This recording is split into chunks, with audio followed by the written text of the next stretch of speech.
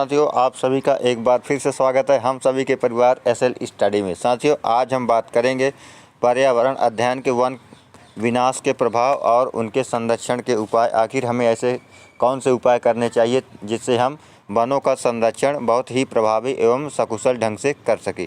तो चलिए साथियों, शुरू करते हैं आज का अपना शानदार सेशन। यहाँ पे अगर बात करें प्यारे साथियों, यहाँ पे देखें कि वन विनाश के जो प्रभाव हैं, आखिर वन विनाश के मुख्य प्रभाव क्या हो सकते हैं। तो यहाँ पे अगर हम बात करें प्रभावों की, तो पहला है जलवायु का असंतुलन होना। सीधी सी बात है कि वन जलवायु के नियंत्रक होते हैं। जो वन होते हैं या जंगल होते हुए जलवायु को क्या करते हैं, नियंत्रित करते हैं और वन आर्द्रता में वृद्धि करते हैं। आर्द्रता का मतलब होता है नमी। वर्षों में सहायक होते हैं। जो यहाँ पे वर्षा है, तो वन क्या होते हैं, वर्षा में सहायक होते हैं और तापमान को नियंत्रित करते हैं। यानी अगर मान लीजिए हमारे मौसम का तापमान अगर गर्म है तो वन उसको जो है तो नॉर्मल या जो है उसको सामान्य करने में महत्वपूर्ण भूमिका निभाते हैं। जैसे ही उनका विनाश होता है, वायुमंडल में नमी की कमी आ जाती है। परिणाम स्वरूप वर्षा की मात्रा लगातार कम होती जाती है, तापमान में वृद्धि होती है, शुष्कता का विस्तार होता है, अर्थात मरुस्थलीकरण शुरू हो जाता है। तो अगर हम बात करें प्यारे साथियों, यहाँ पे अगर जलवायु का असंतुलन होना यानी वनों की इतनी अत्यधिक कटाई हो जाती है, उसके कारण जो है तो जो हमारी जलवायु है, जलवायु क्या हो जाती है, वह असंतुलित हो जाती है। यानी कहीं पे अगर ठंडी में गर्मी, गर्मी में ठंडी, बिना मौसम बारिश, आंधी तूफान, तो ये सारी जितनी भी समस्याएं हो जाती है वह जलवायु के असंतुलित होने के कारण ही हो सकती है। ठीक है साथियों, आई होप कि आपको ये क्लियर हो गया होगा। फिर आगे बढ़ते हैं। दूसरा हमारा टॉपिक है क्या है, मृदा अपरदन में वृद्धि। तो मृदा अपरदन में वृद्धि क्या होता है, यानी वन जो होते हैं वह मृदा का अपरदन रोकने में सहायक होते हैं। क्योंकि जो जब अत्यधिक वर्षा के कारण जब पानी बहता है तो मिट्टी का कहीं ना कहीं कटाव होता है, जिसको हम अपरदन कहते हैं। तो जिसके कारण जो वन होते हैं वह मिट्टी को जकड़े हुए रहते हैं। क्योंकि जो पेड़ों की जो जड़ें हैं वह मिट्टी से कई मीटर तक गहराई तक अंदर लगी रहती है और कई बड़े क्षेत्र में वह फैली रहती है, जिसके कारण मिट्टी का कटाव नहीं हो पाता और मृदा का अपरदन नहीं हो पाता। ठीक है। दूसरी तरफ वनों के कट जाने से मृदा अपरदन ज़्यादा हो रहा। तो यहाँ पे अगर देखें तो वनों का अत्यधिक कटाई होने के कारण जो मृदा का अपरदन, जो मिट्टी का कटाव है वह कमज़ोर हो गया है और उसके कारण जो मृदा का अपरदन हो रहा। ठीक है। हिमालय के निचले ढालों पर वनों के लगातार कट जाने से यह समस्या बहुत हो गई है। इसी तरह वनस्पति के अभाव में मरुस्थलीकरण विस्तार हो रहा है। तो अगर देखें हिमालय के नीचे जो वन थे उनकी अत्यधिक मात्रा में कटाई होने के कारण वहाँ का जो मृदा है वह कटाव अत्यधिक हो गया और वहाँ पे क्या हो रहा है कि वन जो है तो वनों का लगातार कटाई हो रही है। इसी तरह अगर देखें तो वनस्पति के अभाव में, यानी अगर वनों का अभाव हो जाएगा, वन पेड़ पौधों का अभाव हो जाएगा, तो कहीं ना कहीं एक बहुत बड़ा क्षेत्र मरुस्थलीकरण में बदल जाएगा, जिसके कारण कई सारी जो जनहानि व प्राकृतिक आपदाएं आ सकती हैं। ठीक है। आई होप कि ये वाला क्लियर कॉन्सेप्ट हो गया होगा। आगे बढ़ते हैं। बाढ़ प्रकोप में वृद्धि। वन जल को नियंत्रित रखते हैं तथा पर्याप्त मात्रा में भी उपयोग करते हैं। वनोन्मूलन से जल ढालों पर तीव्र गति से प्रवाहित होकर मैदानी भागों में बाढ़ प्रकोप का कारण बनता है। बिहार की नदियों में बाढ़ का सबसे ज़्यादा प्रकोप इसका उदाहरण है।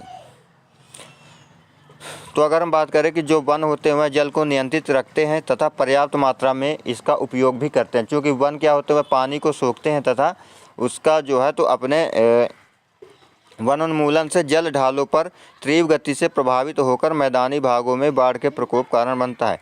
यानी जैसे ही वनों का विनाश हो जाता है, वनों की कटाई के कारण जो जल होता है वह जो है तो रुक नहीं पाता और वह सीधे मैदानी भागों पर पहुंचता है, जिसके कारण कई सारी बाढ़ की समस्याएं हो सकती है। जो बिहार राज्य है, बिहार को बाढ़ का प्रदेश भी कहा जाता है। वहाँ पे देखा जाए तो अत्यधिक मात्रा में बाढ़ आती है। ठीक है। आगे चलते हैं।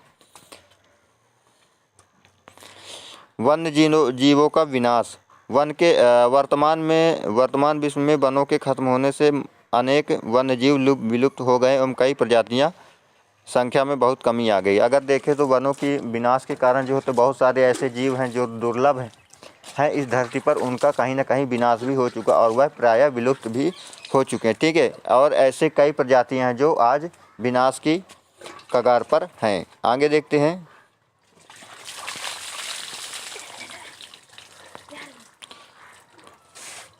वनों के दुष्प्रभाव के अलावा पशुचारण क्षेत्रों में कमी आई, प्राकृतिक सुरम्यता में कमी, वृद्धि, प्रदूषण में वृद्धि, मरुस्थलीकरण में वृद्धि, बंजर भूमि का विकास, आदिवासी जातियों के आवास की समस्या आदि प्रभावी वन विनाश के हैं। असल में वन पारिस्थितिकी तंत्र को नियंत्रित करता हुआ परिचालित करता एवं पर्यावरण को नियंत्रित रखने में महत्वपूर्ण भूमिका निभाता है।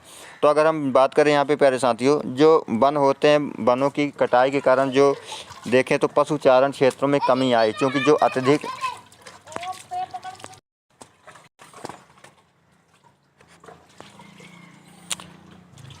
तो यहाँ पे देखें जो वनों में अगर पशुपालन के लिए भी कहीं ना कहीं सारे चारे की व्यवस्था या फिर अन्य आवश्यक सामग्रियों की व्यवस्था होती थी, वह केवल वनों के माध्यम से ही होती थी। अगर देखें प्राकृतिक सुंदरता में कमी, वनों की कटाई हो जाने के कारण जो प्राकृतिक सुंदरता थी, जो अगर देखें अपनी पृथ्वी को बाहर, पृथ्वी के अंतरिक्ष से देखें तो हमारी पृथ्वी बिल्कुल नीली व हरी कलर की दिखाई देती, लेकिन आज वह जो स्थिति है ऐसी विडंबना है। प्रदूषण में वृद्धि, वनों की कटाई हो जाने के कारण अधिक से अधिक प्रदूषणों में वृद्धि हुई है। मरुस्थलीकरण की वृद्धि है ना, पेड़ को एक बहुत बड़े भाग को काटा जा रहा है, जिसके कारण जो एक मरुस्थल बना जा रहा है और भूमि हमारी बंजर हो रही। आदिवासी जातियों का विकास, वनों का भी विनाश कहीं अधिक मात्रा में हो रहा है। ठीक है, जो आदिवासी जातियाँ थी उनके भी आवास की आज बहुत बड़ी समस्या उत्पन्न हो गई है, क्योंकि हमारे भारत की जो अधिक से अधिक जनजाति आदिवासी वह केवल वनों में ही या जंगलों में ही निवास करते थे, लेकिन वनों के विनाश होने के कारण वहाँ की जो जनजातियाँ हैं उनके आवास की भी समस्या उत्पन्न हो गई है। ठीक है, और इसमें अगर बात करें तो जो वन होते हैं वह हमारे पर्यावरण के परिचालित होते हैं, जो पर्यावरण एवं वातावरण को नियंत्रित रखते हैं, लेकिन आज बहुत बड़ी समस्या हो गई। ठीक है, आई होप कि आपको क्लियर हो गया। चलिए आगे बढ़ते हैं। अगर बात करें हम प्यारे साथियों यहाँ पे वन संरक्षण के उपायों के बारे में कि हम ऐसे कौन से उपाय कर सकें कि जो हमारे जो पेड़ों का संरक्षण है, वनों का संरक्षण है, वह अधिक से अधिक मात्रा में हो सके। तो पहला क्या है प्यारे साथियों कि वनों की अंधाधुंध कटाई तथा आर्थिक दोहन को कानून से रोका जाए तथा उल्लंघन करने वालों को कड़ी से कड़ी सजा दी जाए। यानी प्रशासन को या सरकार को ऐसे कानून एवं नियमों का प्रावधान बनाना चाहिए जिसके कारण वनों के विनाश में जो वृद्धि हो रही है, वनों की जो अधिक से अधिक मात्रा में कटाई हो रही है उसमें जो है तो रोक हो सके, और उसके लिए ऐसे कड़े कानूनों एवं नियमों को बनाना चाहिए जिससे अगर वह कोई व्यक्ति इस आपराधिक प्रकृति में शामिल होता है या संलग्न पाया जाता है तो उसके ऊपर अधिक से अधिक जो है तो कड़ी कार्रवाई करनी चाहिए, जिससे लोगों को प्रति वनों के कटाई में जो है तो उनके अंदर डर समा जाए। ठीक है, चलिए दूसरा, प्रभावी प्राकृतिक प्रदेशों में आधुनिक उद्योगों को लगाने पर पूर्ण प्रतिबंध लगाया जाना चाहिए। यानी जो प्रभावी प्राकृतिक वन है, यानी ऐसे वन है जो जलवायु को नियंत्रित करते हैं, या फिर ऐसे क्षेत्र हैं जहाँ पे बहुत अधिक मात्रा में प्राकृतिक वन पाए जाते हैं, वहाँ पे जो औद्योगिकरण है, औद्योगिकरण को जो है तो कम मात्रा में लगवाना चाहिए तथा उस क्षेत्र को पूर्णतः प्रतिबंधित कर देना चाहिए जहाँ पे प्राकृतिक वन संरक्षित हैं, है ना। हमें ऐसे जो है तो उद्योगों को भी बढ़ावा नहीं देना चाहिए। ठीक है, तीसरा है वन प्रदेशों में गृह निर्माण योजनाओं पूर्णतः प्रतिबंध किया जाए। वन विकास कार्यक्रमों को प्राथमिकता तथा संरक्षण दिया जाए। यानी ऐसे योजनाएं या परियोजनाओं को प्रतिबंधित किया जाना चाहिए ऐसे क्षेत्र में जहां पे वन अधिक मात्रा में है। यानी जो गृह निर्माण जो योजनाएं हैं, परियोजनाएं, उनको इस क्षेत्रों में लागू नहीं करना चाहिए तथा इनको प्रतिबंधित करना चाहिए, तथा ऐसे वन विकास कार्यक्रमों को बढ़ावा देना चाहिए जो वन को संरक्षित प्रदान करे, संरक्षण के प्रति लोगों को जागरूकता करें। ठीक है, चलिए आगे बढ़ते हैं।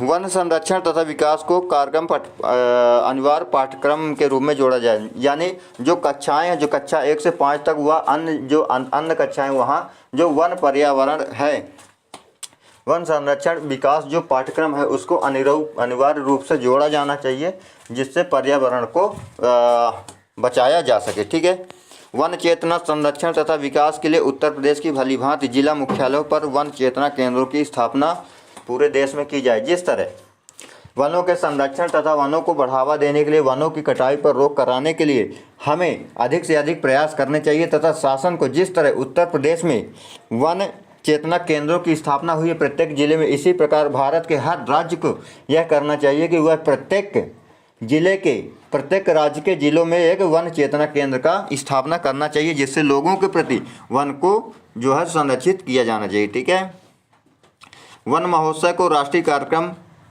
के रूप में बनाया जाना चाहिए, जिसमें सभी विभागीय कर्मचारियों, शिक्षकों तथा विद्यार्थियों को अनिवार्य रूप से शामिल किया जाना चाहिए। यानी शासन को जो है तो इसे वन दिवस या फिर वन राष्ट्रीय कार्यक्रम के रूप में भी मनाया जाना चाहिए, जिससे सभी जो विभागीय कर्मचारी हैं, विभागीय अधिकारी हैं, शिक्षक है, विद्यार्थी हुआ इसमें अनिवार्य रूप से उन्हें शामिल होने के लिए आदेशित करना चाहिए, जिससे वह वन की महत्वता को समझें और वनों का संरक्षण बढ़ाएं। ठीक है। 6वां है पेड़ों की कटाई पर प्रतिबंध लगा दिया जाना चाहिए। जो पेड़ों की अधिक से अधिक मात्रा में कटाई की जा रही है लोगों के द्वारा, चाहे वह किसी भी उद्योगों के लिए वनों की अत्यधिक कटाई हो रही है ना, खेती के लिए, तो इन पर जो है तो शासन को रोक लगवाने का प्रयास करना चाहिए। अगर आगे देखें कि फर्नीचर के लिए वैकल्पिक रूप से प्लास्टिक अथवा एल्यूमिनियम का उपयोग करना चाहिए, तो अगर देखें तो अधिक मात्रा में जो है फर्नीचर, बेड वगैरह जो है तो लकड़ी से ही बनाए जाते हैं और वह जो लकड़ियां हैं वह वनों से ही आती हैं। तो हमें ऐसा प्रयास करना चाहिए, वह शासन को व लोगों को भी ऐसी जागरूकता लानी चाहिए कि अगर वह फर्नीचर वगैरह अन्य जो आवश्यक सामग्रियाँ बनाते हैं वह प्लास्टिक या एल्यूमिनियम से बनाना चाहिए, जिससे जो है तो वनों की कटाई पर रोक लग सके और अधिक से अधिक मात्रा में वनों का वृद्धि हो सके। ठीक है।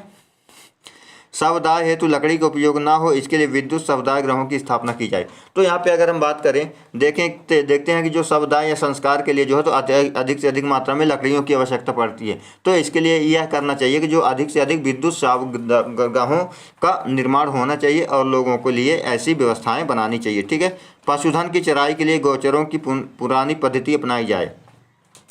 तो गौचर के लिए क्या होता है, जो पशुपालन होते हैं जैसे बकरियां, गाय वगैरह, इनको चराने के लिए हमें पुरानी वाली पद्धतियां अपनाना चाहिए। यानी जो है जिस तरह पुराने ज़माने में लोग अस्थायी चारण क्रिया करते थे, यानी पशुओं को एक जगह चरा के किसी अन्य द्वारा, तो इस प्रकार जो है तो पुरानी पद्धतियां अपनानी चाहिए। अधिक से अधिक वृक्ष लगाने चाहिए, यानी लोगों को यह प्रयास करना चाहिए कि वनों की वृद्धि के लिए अधिक से अधिक पेड़ व पौधों को लगाना चाहिए और उनको संरक्षण प्रदान करना चाहिए, जिसके वनों का विकास और बढ़ सके। ठीक है। चलिए आगे देखते हैं।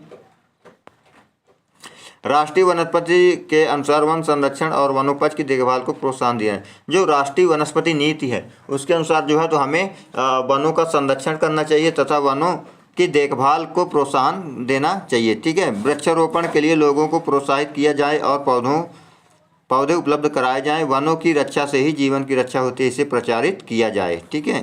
चलिए, आई होप कि साथियों आपको ये पूरा कॉन्सेप्ट क्लियर में आ गया होगा। अगर वीडियो पसंद आए तो वीडियो को लाइक कीजिए, शेयर कीजिए, चैनल को सब्सक्राइब कीजिए।